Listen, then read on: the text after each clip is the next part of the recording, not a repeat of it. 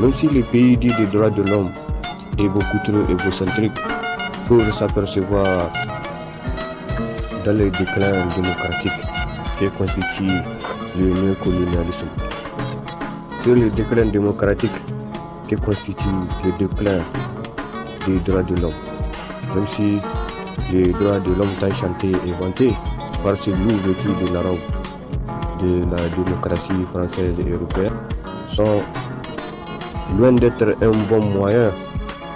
pour satisfaire les caprices extravagants et divagants de la France moralisatrice et sensibilisatrice du jour. Je suis un enfant du Sahel et j'adore l'idée de couper le cordon ombilical entre la France colonialiste de la veille et l'Afrique esclave moderne du jour, et l'Afrique de l'Ouest assujettie par tous les moutons démocrates sponsorisés et parrainés par un pays des droits de l'homme. Juste pour ne pas perdre de vue l'idée de contempler la relation de ces loups originaires de l'Occident avec les moutons de la maison explosée en pleine vol.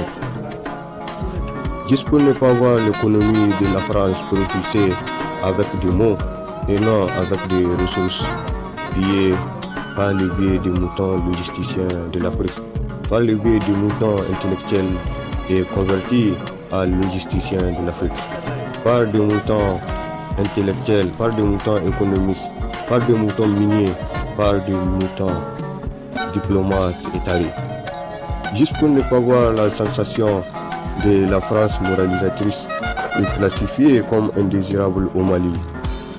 indésirable au Sénégal, indésirable au Niger, indésirable au Cameroun,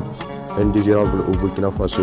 indésirable en Mauritanie, indésirable en Côte d'Ivoire, indésirable en Guinée, indésirable en Centrafrique, indésirable au Congo, indésirable au Togo,